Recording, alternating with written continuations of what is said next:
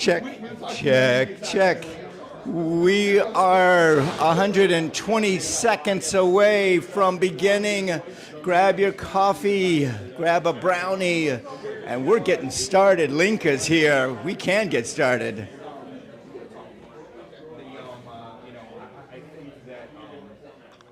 So we're moving along and everything else.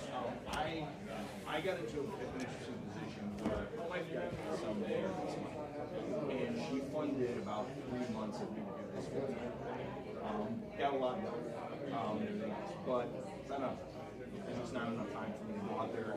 I had to kind of overhaul the business. I had to switch it. We're adjusting the website. We're doing new equipment. We're updating it. Everything is shifting more into the iPad world, the AI world, and everything else. No. So we're still very, very much heavy presence in Miami, and then also too, I'm trying to look at business here. So I may want to have a conversation with you on how we can. Okay, is the trailer has wheels? It's a double wide. Okay, you need it to be condemned. Maybe next year. Right, no, to myself. I want to. You're in the county, so that'd be a county thing. Yeah. You can just write it up to myself. A condemned trailer double wide for Sandra in Lake County. Check with Sean Parks.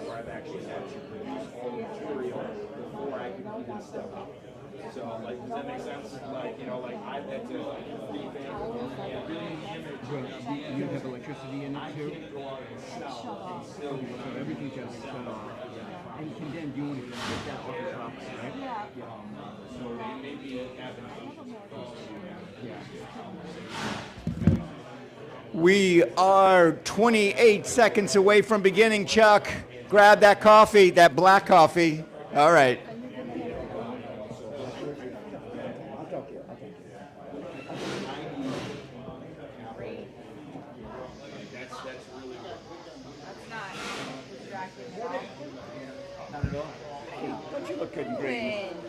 Yeah. What are you doing? I gotta come. I want to come in and see you in person.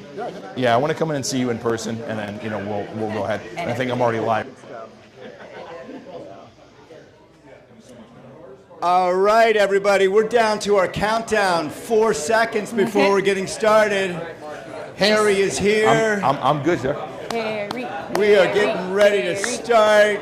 3, 2, 1. Our co-host, Betsy Sorg. Good morning. Let's try that again. And Betsy Sorg. Good morning, everyone. There we go. Thanks for coming in hot and being here with us as usual. Good morning, everyone. Happy 1 Million Cups Wednesday. Wait a minute. Don't I always come in here hot? That's true. Yeah, That's okay. True, you do. Hello, welcome, everyone. Grab a seat.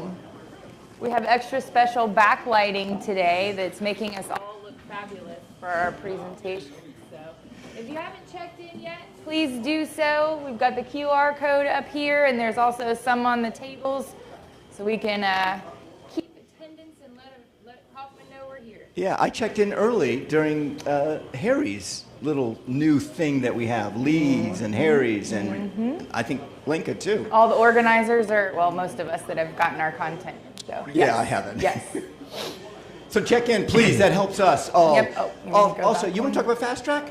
I do. I moved it on you. There's also QR codes on the table. So so Fast Track is something which is also, you see in the bottom corner there, it's a Kauffman Fast Track. It's the same program or the same folks that do 1 Million Cups. They put on this Fast Track program. It's a 10-week program. This one we're doing up at Mega Workplace in Eustis, which if you haven't been there yet, it's a magical place where the SBDC has an office, the UCF Business Incubator has an office, and it's kind of a co-working space where there's all kinds of different businesses from the community. But that's where we're holding it, and it's a 10-week course, and it tells you all the different things that you need to know from taking a business idea, just from this is an idea, all the way through to creation and all the little details, business planning and insurance and MVPs and all kinds of fun stuff. So again, free to you, like 1 Million Cups is. We are, I think, 4 weeks into it. So to get a shiny certificate, you do need to make 7 of 10, but if you don't worry about the certificate and you just want some of the content, you can check out what each week is about and make it to that. And we will be holding one here in South Lake later on in the year. Yeah, and where is that place? What's it called? Mega Workplace. Is that like mega trench, mega shark, mega everything? It is. Yeah, You are in the trenches, but it's a great place. It's something that I would love to replicate here in South Lake because it's just kind of a hub to go to for small business. So. Right. So our mission, entrepreneurs helping entrepreneurs, period. This is what we're here for. We're here to help every single entrepreneur in this area to thrive. Because when everybody thrives, guess what? Everybody thrives. It's true. That's true. Everybody And thrives. speaking of everybody, I was just at a entrepreneurship training last week, and they kind of stressed repeatedly, everyone is or can be an entrepreneur in some way, shape, or form. So when you're talking about 1 million cups to your peers and your constituents, don't leave anybody out. Everybody's welcome, because somebody maybe has an idea that they just haven't taken it and run with it yet, and this is a great place to talk about it, and even if you don't present, to talk about it with other business owners. So everyone is an entrepreneur in some way, shape, or form, and truly about 96% of businesses are considered small businesses, which is under 500 employees or more. So, and a lot of those were started by entrepreneurs. 96%. 96%. So of existing businesses in the state of Florida are 90 500 employees or less. So a lot of them. Nice statistic. A lot I of like us. So our key pillars here at 1 Million Cups, we want presentations, not pitches. We want that kind of authentic connection so that you can get good, valuable feedback from other business owners and people that have been through it before. We're here to make those connections, not networking. It's more of a authentic, I've been through this, I can help you, or I'm struggling with this, let's sit down and talk about it. So the community obviously runs this. You all run this. We couldn't do it without you and our organizers that are here. You saw their beautiful faces in the beginning, and they're definitely part of our community, and they're kind of the ones driving the success of our small businesses and starting their own at the same time. So talk about being in the trenches. They're definitely Correct. in the trenches, so. So you do not want us throwing cards at each other.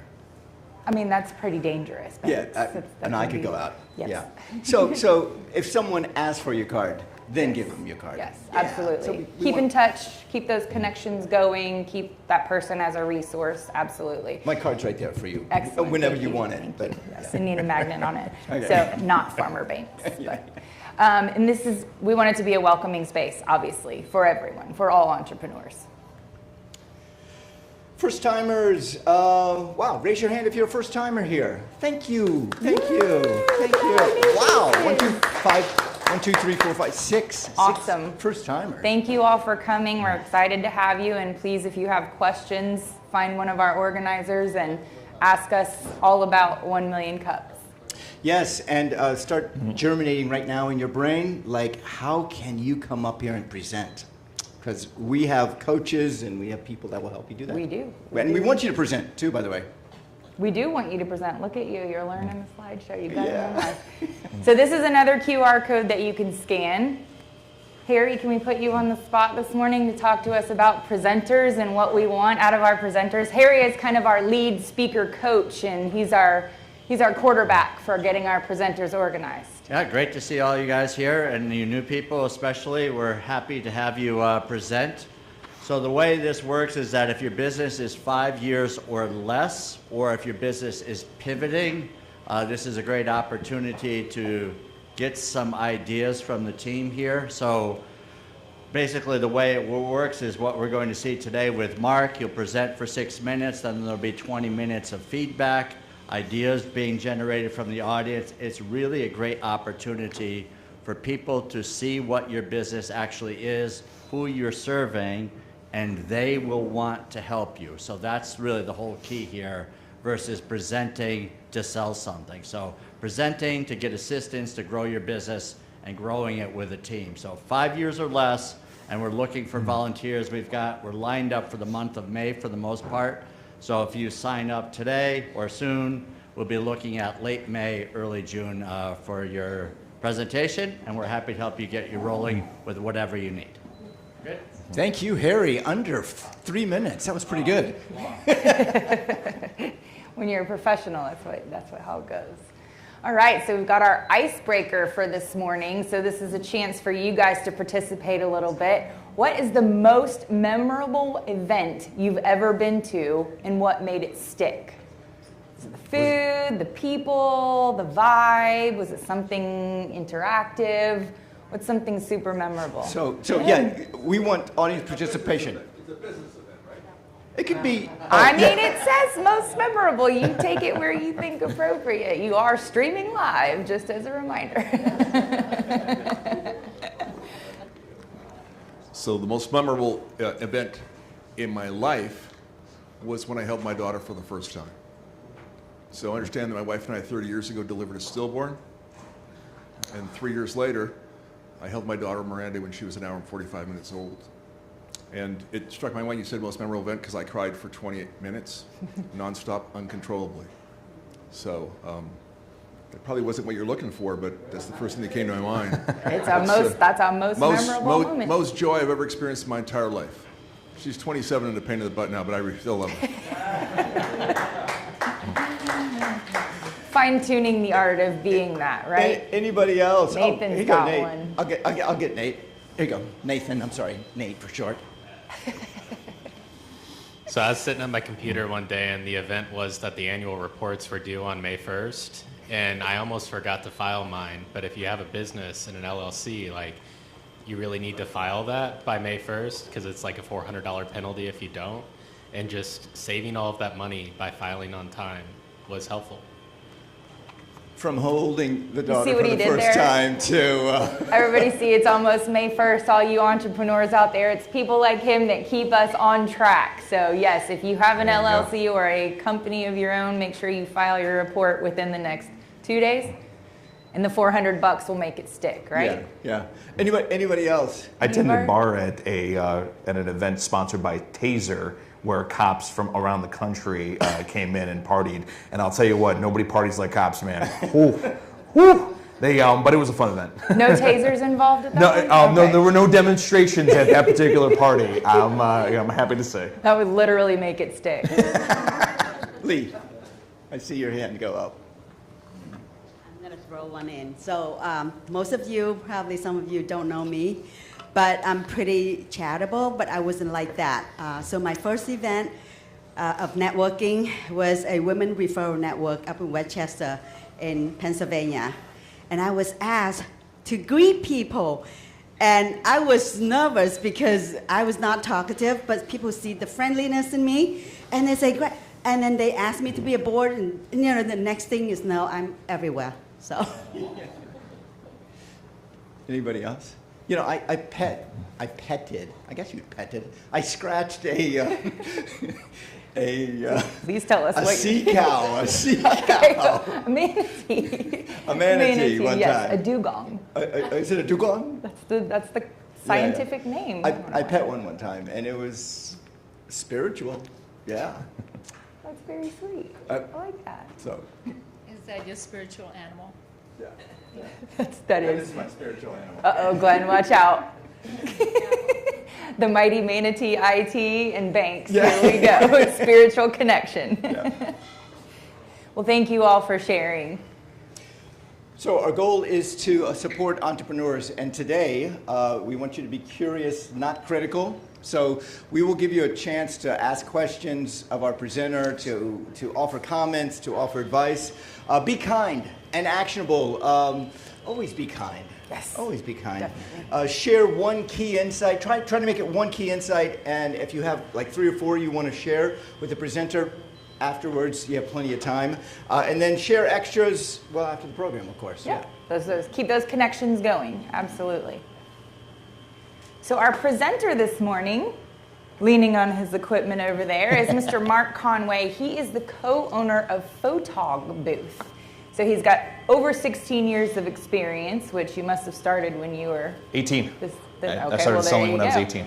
And then 10 years in marketing. So he helps businesses turn events into engaging brand experiences. So I know we've got some marketing folks here. So he does a customized photo booth. So if you have not had a chance to do that this morning, definitely stop by, and the instructions are pretty straightforward. and we'll let him tell you a little bit more about his business. Absolutely. Mark Conway, everybody. Give it up for him. Hey, good morning. I got to talk normally. I have a theater background, and I'm very used to not using a mic, so I can get to the back of the audience. I can get all the way to Chuck over there. Good morning, everyone. I don't know who's handling my slideshow. You do. I am. The big button right here in the big middle. button right here. There you go. Okay. You even get a There we clicker when go. you present at 1 million All cups. right, all right. As the lovely people said, we are with Photog booth. It's not just a booth; it's an experience, which I really like that tagline. Obviously, we handle all the life events, weddings and parties and corporate Christmas parties, all that stuff. But the thing I'm here to talk to you about today is brand activations and interactive marketing. Raise your hand if you know what a brand, besides the people that I told this morning, if you know what a brand activation is. One person. Wow. Okay. The very, very big among higher end marketing organizations that hire Nike and Microsoft to come out. And I'll explain a little bit more about what interactive marketing is in just a moment. I guess I can't turn that way. I don't like to monologue. I like to interact with everybody. So the question I'm going to ask right now is, why are we here? Here, right now. To connect. Everything else. Okay. Well, we can connect online. Why do we come in person? Energy, and everything else. But we can get energy online. We can work out in front of the TV and everything else. Why are we here? Why are we here in person? Gentleman in the back. Came to hear your idea and perhaps help you. But you can be helpful online. Exactly. So it's about the interactive experiences. And what I tell people is obviously we have a lot of marketers here that handle digital marketing and social media marketing. Why shouldn't your marketing also be in person, be interactive? That's what I'm here for. So I already answered that. So you already know my bio. We don't need to go over that. So, what is a brand activation? I went to Google, as most of my people in my generation do. And it's an interactive marketing experience where customized photos, GIFs, and social boosts are used to engage customers, increase brand visibility, and generate social media. Really, at the simple level, we provide a fun service for the user and an interactive marketing tool for the client. That's really what this is about. It's about interacting in person to collect data and have a way to do that. So, how do we do that? Who took a photo earlier today? I know there's got a few people and everything else. Did you have your prints with you? Hold them up. Hold them up. Right there on there, there's a direct call to action. It's my answer to direct mail, so to speak. So when you get direct mail, where does it go? Garbage. Goes right in the trash. But if it had a picture of you and your family, where would it go? On the fridge. Why? What's different? Personal. You're interacting with the marketing. It's attached to a happy memory. Very much like when you go to a wedding and you take a fun picture with the signs. Imagine if you had that same experience with your bank, with your car dealership. You felt that emotion. That's what interactive marketing is all about, and that's exactly what I do. That's a print that we did for TikTok in FanFest, which is in relation to a WNBA, I think, underleague. And then also, when you put in your phone number, back in the day, they used to just send you the photo. We do things a little differently now. We actually do a microsite, which is, there's an example right there in the top left corner. And that's a direct call to action with your picture next to it. So say, for instance, I was working with I think I was talking to a gentleman today about, Rich, right here. We're talking about being at a expo. By the way, that's what those booths are designed to do. When you're at an expo and you're trying to sell your product, no disrespect, you got 10 people in that same row that are selling the same product. Now imagine if you had a booth inside of your booth. Might be a little different. Might be a little bit more attractive. You got a bright light, people are having fun and everything else. But also, too, at the end of the day, Rich, what did I tell you? When you got 2 people in the booth and everything else, are you going to miss a few people? A lot of people.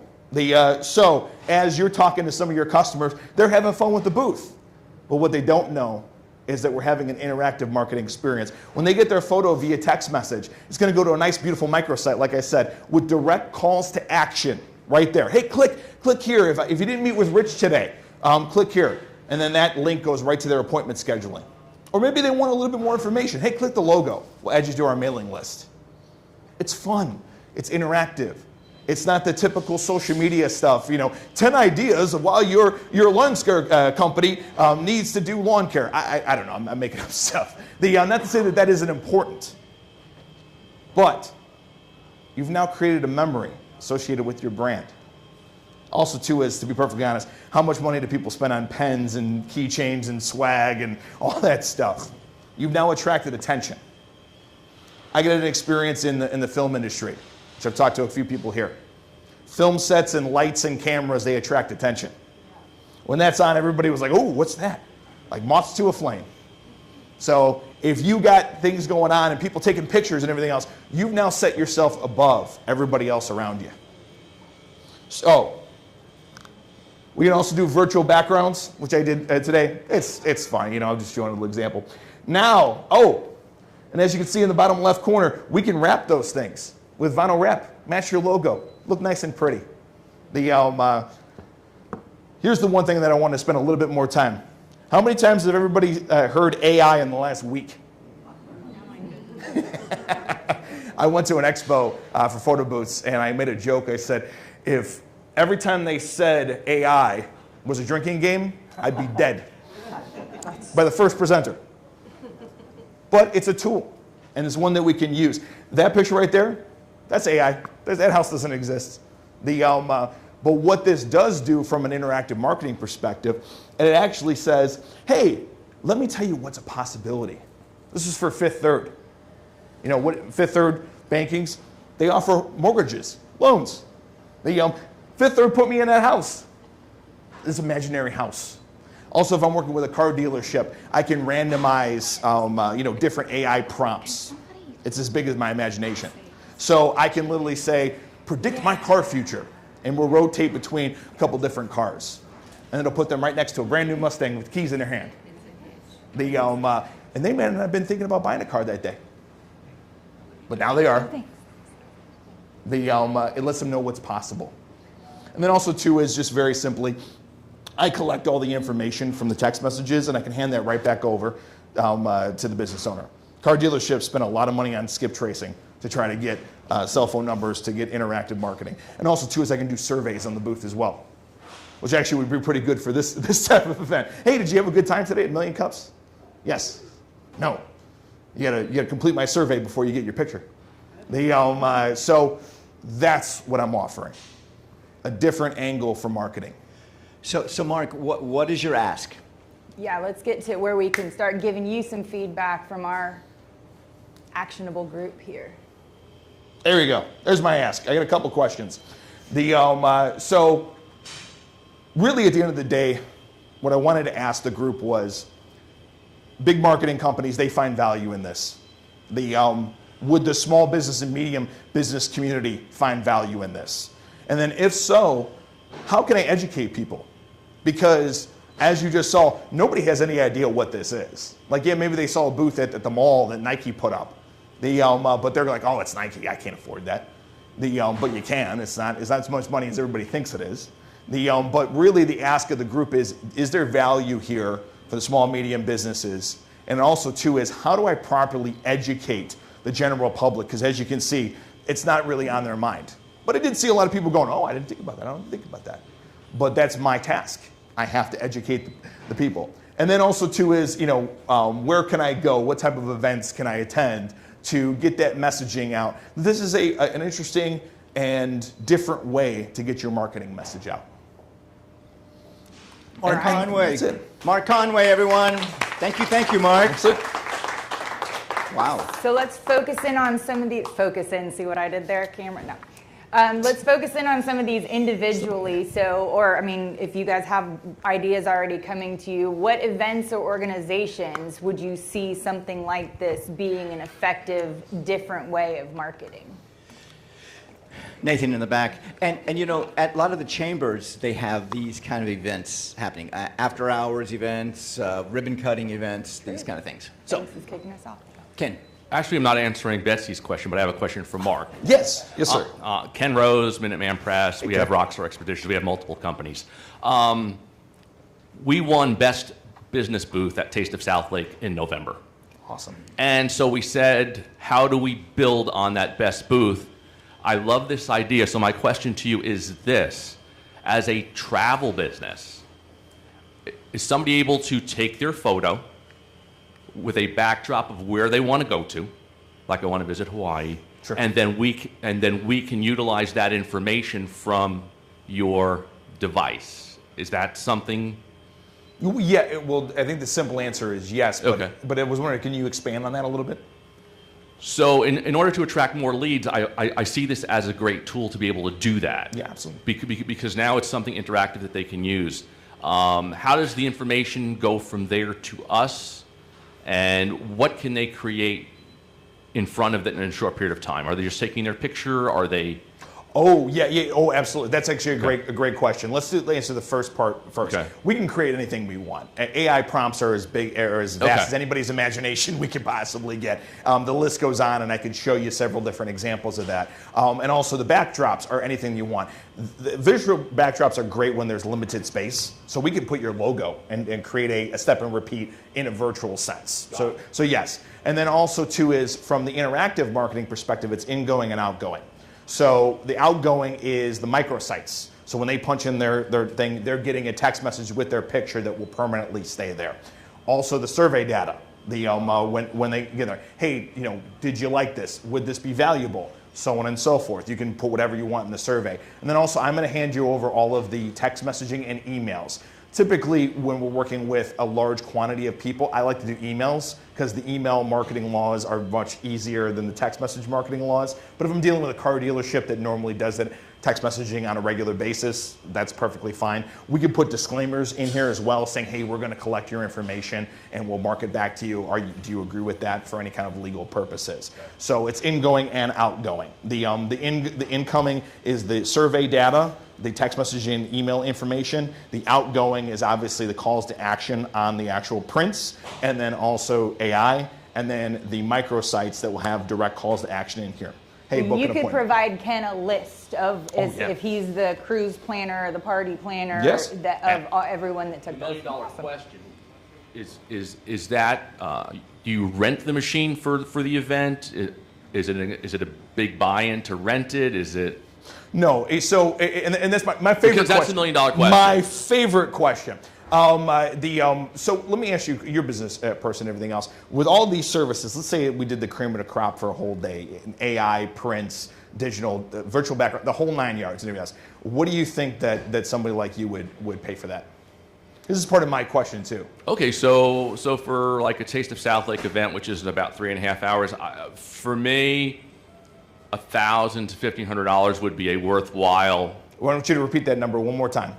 $1,000. $1,000 to $1,500 would be a worthwhile $1,500 buy-in for that. $1,500 is absolutely correct, and actually I would give you a couple more hours with that. So that's the thing that I'm talking about. I'm so happy that you said that, because some people will go, oh, this is $10,000, $5,000. No. $1,500 for a brand activation with all the bells and whistles, AI, and everything else. So Good question, Ken. yeah, I'm sorry, I don't want to take too much time. We could talk afterwards. Yeah.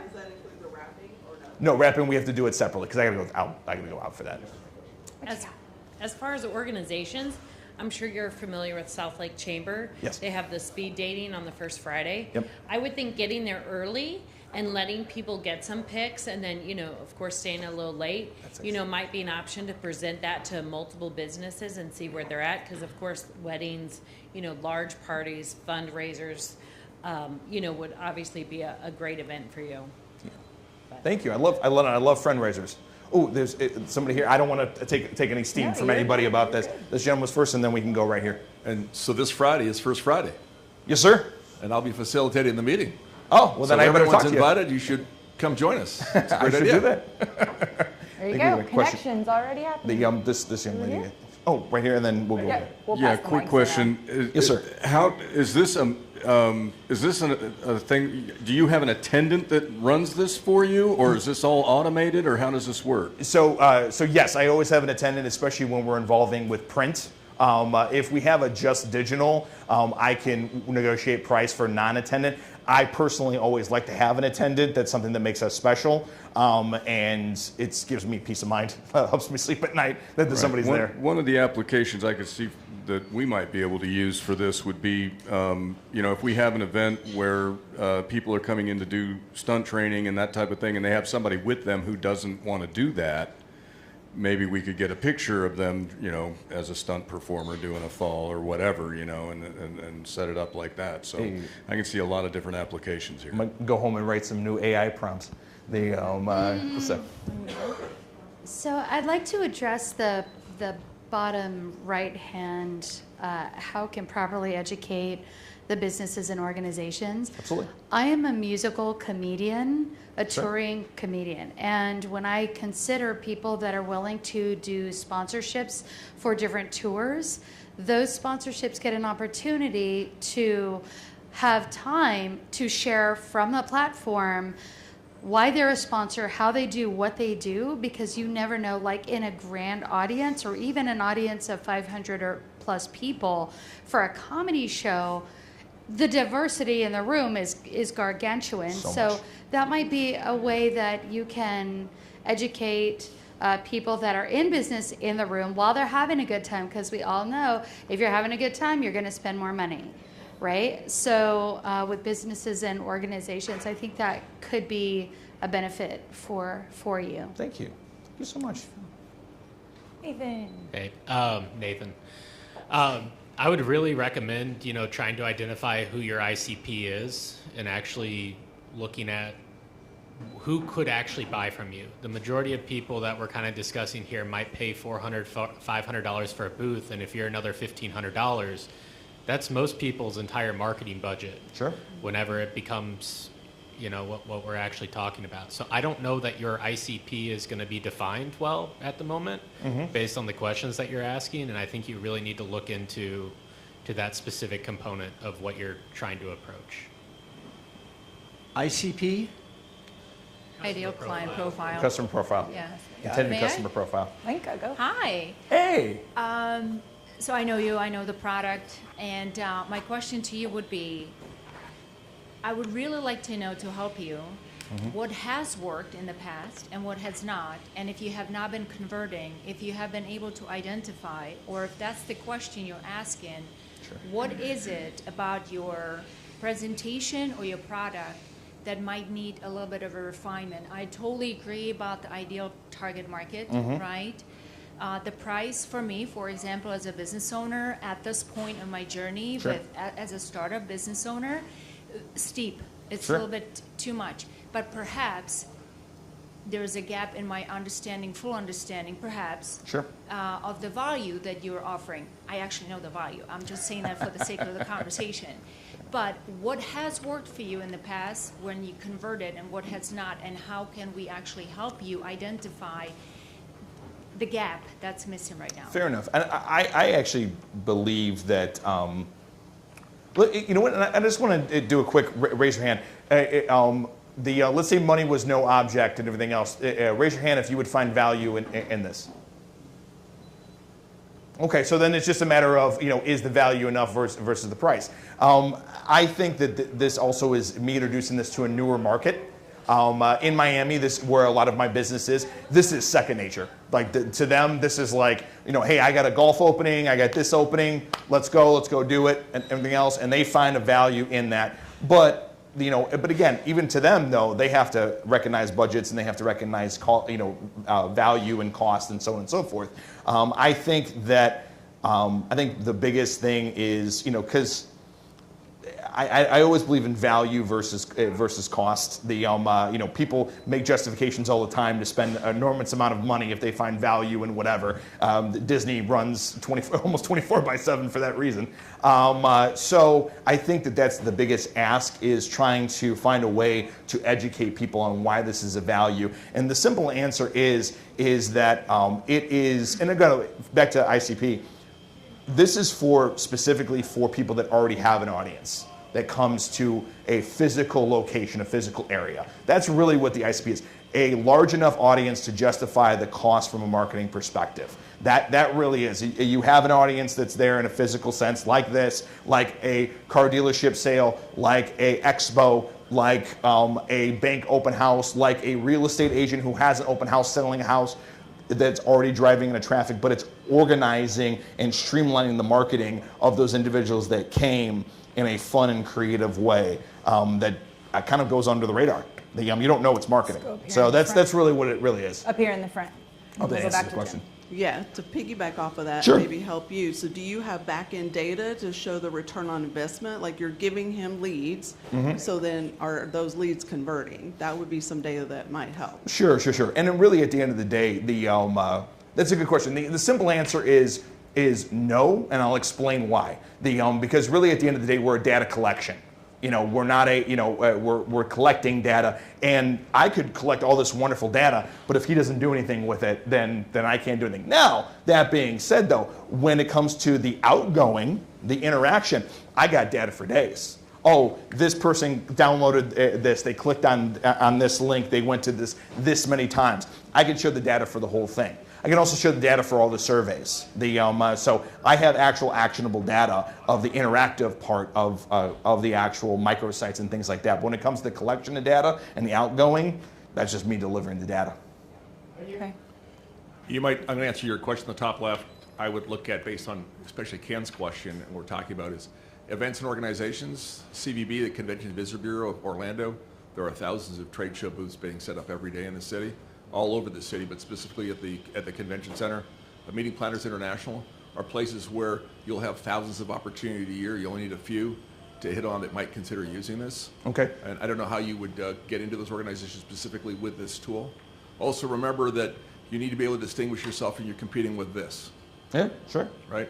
So, because I can take the picture and send it to everybody in the room almost all at once. Sure. And actually, you know what? I want to answer that question and everything else. You know what the difference is between me and your phone or a photographer? And everything else? Everybody that took a picture and everything else, you want to hold up your prints real quick? You look better in person than you do on the camera? Not necessarily, but I'm in both the digital and the physical space.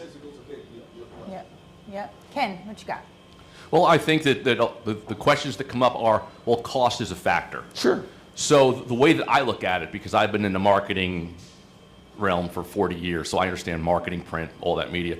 So when I look at this $1,500 to bring this to an event, my thought process is, okay, so I'm doing an event, I have 1,000 prospects, my average sale for travel is X dollars. So that means I have to sell one travel package to pay for that. Mm-hmm. I would have that at every single event. And I think that's the factor that people have to look at is what is your average sale? What is your average buy? Additionally, when you talk about average buys, I've been in the print business since '79. The average buy in the print business is irrelevant because the client stays with you for decades and spends money. The travel customer spends decades buying from you. So you have to look at the cost of your average sale to determine if it's worth it. And screw marketing budgets, because the average small business doesn't even set a marketing budget. If you're spending between 4% and 6% of your gross sales a year, then you're working with a marketing budget. You can't base your marketing budget on a good month's worth of sales to then market. So I think we're zeroing in on two things here. There's a potential for a smaller business package, and then maybe those that are a little bit more well-versed. What I want to keep focused on is what value are you offering each of those groups of people. So Sure. What I've heard so far is there is a tangible list, which means a target audience for Sure. follow-up for those people. And of Correct. course, you can't make claims, but I like that kind of, maybe you track those kinds of things. Maybe you have a couple of testimonials from someone like Ken who used your booth at an event. We were at Taste of South Lake. I captured 1,500 email addresses or phone numbers. Here's what I did with them. Couldn't have done that with just a sign-in sheet on my table, right? So that's what I think I want to keep, we've got more feedback, so I want to get, absolutely SBDC, and Hey, so Jose. that's Jose, yep. I mean, I should stress that the best way to educate a small business is to show the return on investment. So, I mean, if you can get a conversion rate, you can estimate, in industry, what is the conversion rate for a marketing event? So you know what is the audience, you assume 7, 8, 10% conversion rate, and you show the numbers. So you say, hey, you spend 1,500, and then I have 100 people here, and this is the sales package and a conversion rate of 10%. This is your, the revenue you can get, and you only spend 1,500. So you can show those numbers, with a rough assumption, and then show them that it's a good business for them. And actually, I have one, while he's switching the mics, I have one point that I just thought of while we were doing this. With this particular software, I actually have a link in with Google Analytics. So I can actually track the through line from your appointment booking and links to the website and clicks directly to that, and treat it like any other piece of marketing. And also too is just to add what you were saying about the emails. So something I like to leave everybody with is, you're already going to have 500 people that come to an event, and it's your regulars and everything else. What I'm doing is having a fun, interactive experience to attract the aunt, the uncle, the grandparents, the people that you would never have had on your list, that didn't even think about your product. They just came to go get a photo booth. That's what I'm focusing on, is trying to capture the people that they didn't come in to buy a car. They didn't come in to get a house. They came in to hang out with sister, and then, oh, there's a photo booth. Let me go look. Let me go do it. That's the person I'm going after for you, on behalf of you. Mark, I'm going to piggyback on that. Sure.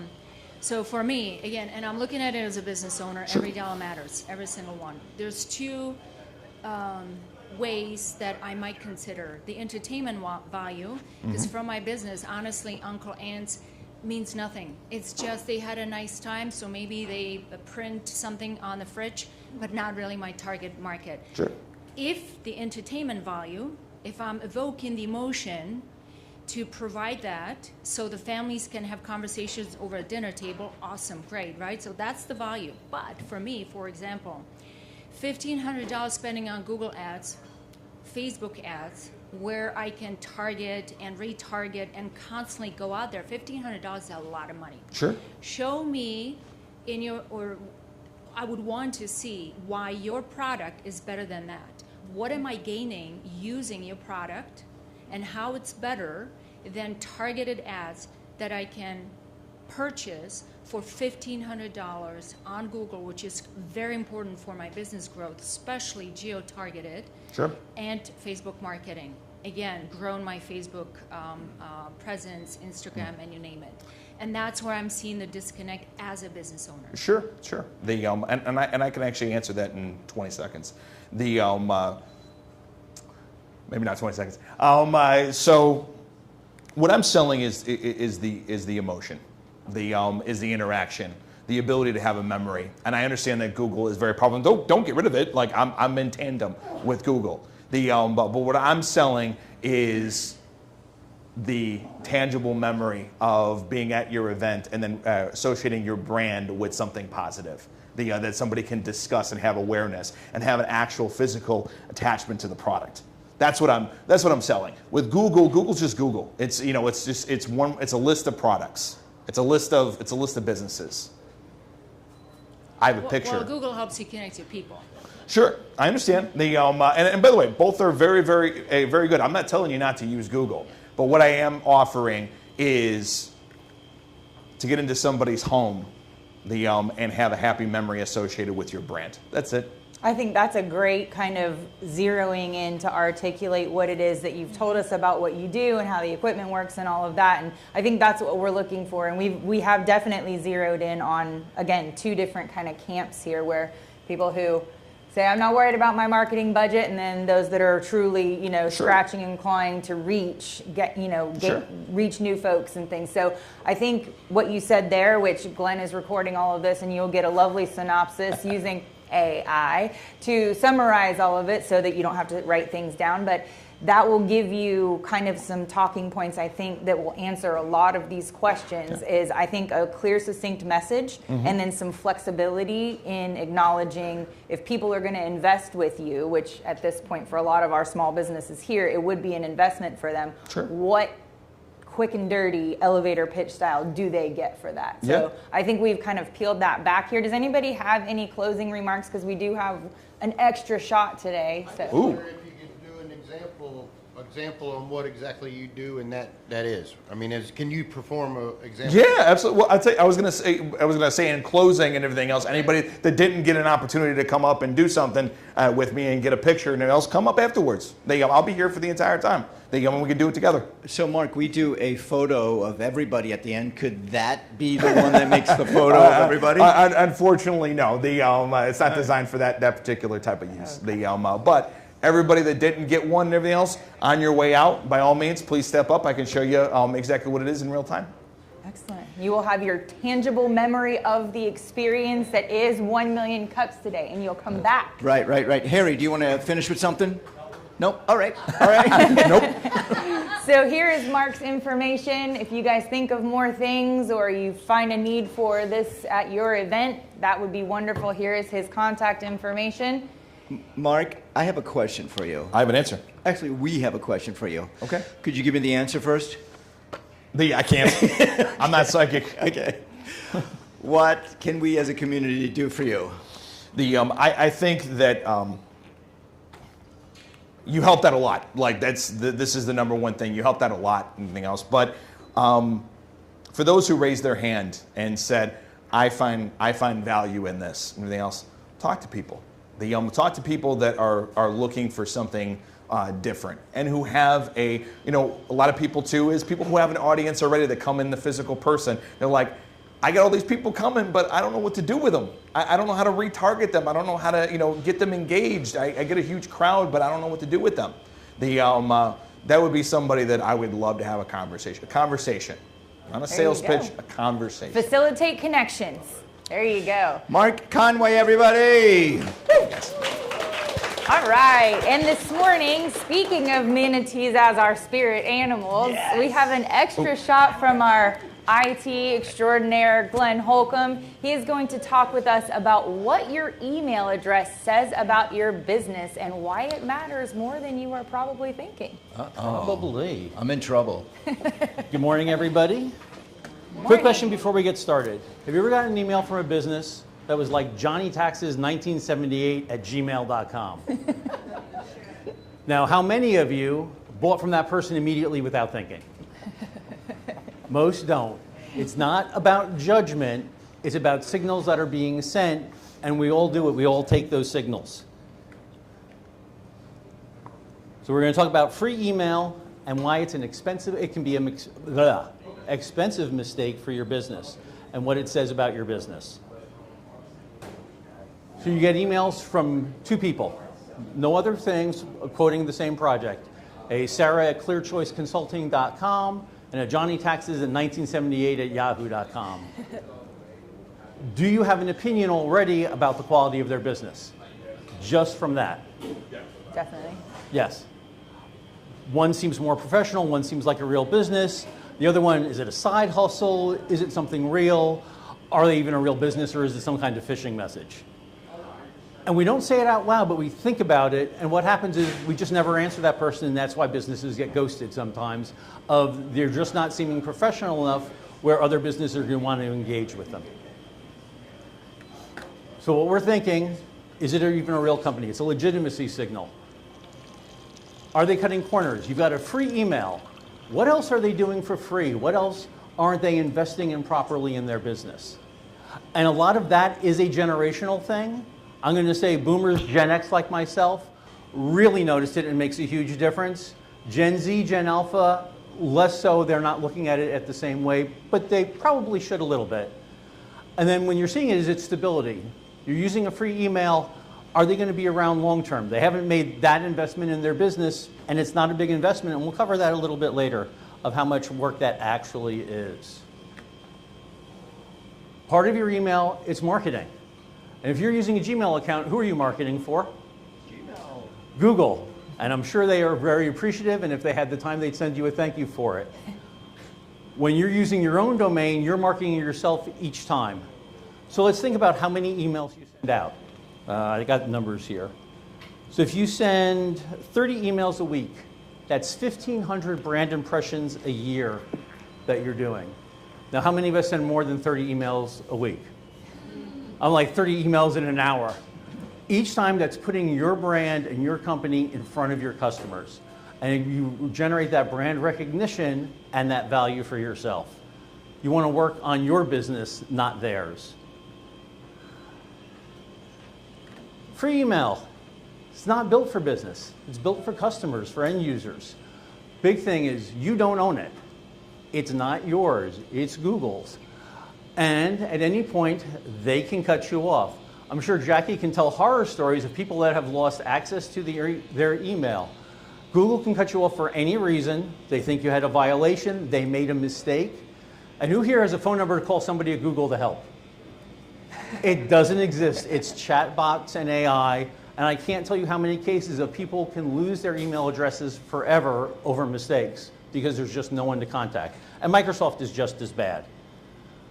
It's easy to spoof Gmail accounts. There's no verification. We have things in the system called SPF, DKIM, and DMARC that prove who an email is from. When you're using a Gmail, all it does is prove that it's from Google, not from you. When you're using your own domain, it actually guarantees that that email came from your email address. So unless you were hacked and someone's in your mailbox, it really is legitimate in yours. And then the third real point is there's no admin controls. So when you're a micro business, it's one person, you might not think it's a big deal. You start having employees. So I've got Ken at ken.mightymanatee@gmail.com. He's worked for me for 5 years. He decides to go out on his own. He leaves. He's taking that email with him. I don't have access to it. He's got the password. You can lose all that history and all that customer information that's built up over time. When you have your own domain, you control it. We control the administration from the back end, and you can always access that information. As employees leave, you just transfer it to whoever their replacement's going to be. They're easy to spoof. Here's an example of an email, because if you're using Gmail, it could be accounts payable, it could be glennholcomb@gmail.com. I actually do have that email address, but if you saw GLENHOLCOMB@gmail.com, would you think it's legit? Yeah. Very good. Why is it not legit? It could be anybody, and I've got two N's in Glenn. That's not how you spell your name. It's not how you spell my name. But when you're looking at it quick, you're in a rush, you're not going to notice that thing. And a lot of these spoofed emails, I'm sure we get them, everyone gets them all the time. There's always a sense of urgency. You've just purchased this, or someone's in trouble and needs those things. And when you're in that rush, you don't always catch them. Where when they're legitimate emails, they're much easier to see, much easier to catch.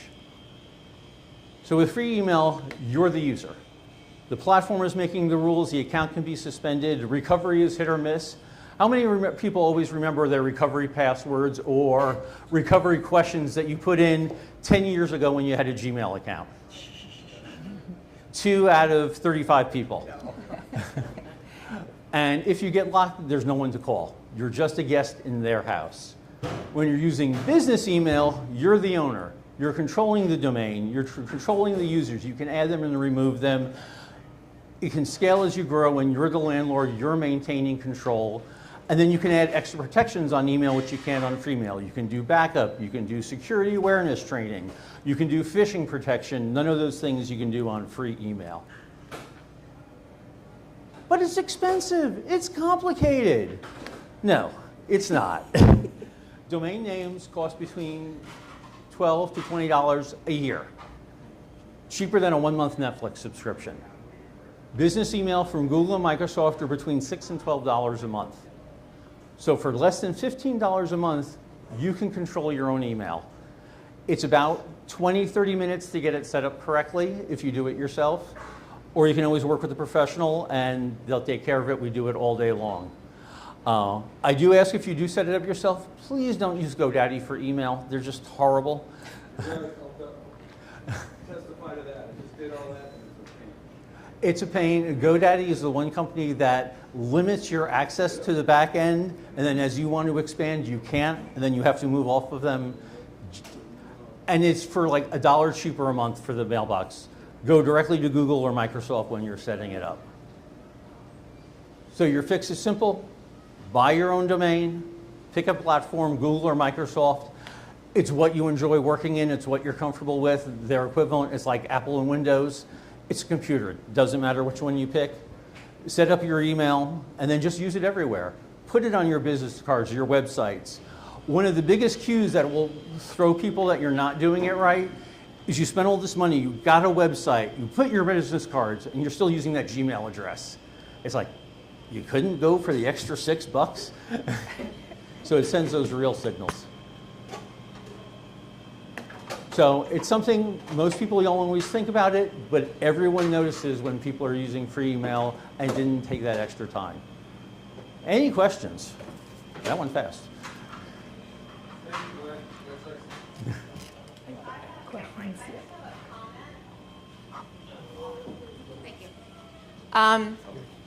When you purchase your business email through Google or something like that, please don't go through a reseller. Get your own account. That is something that comes up all the time where someone says, I can't get into my email. Well, your credit card number changed or whatever, and your reseller just cut everything off. So you don't need middlemen. Just get your own accounts. Or if you're using a professional, make sure you have access into all your accounts. Yes. So what we do when we set up people is we create a separate account for ourselves that helps you manage it, but you also have your own management account that we give you the credentials for, so if you ever decide to go somewhere else, you can. Dan, what you got? Okay, I have a situation where when I started the business, the domain I wanted wasn't available. Okay. So I purchased a different domain, set up everything on that, set up my email on that. Mm-hmm. I have recently bought the domain that I want because it came available.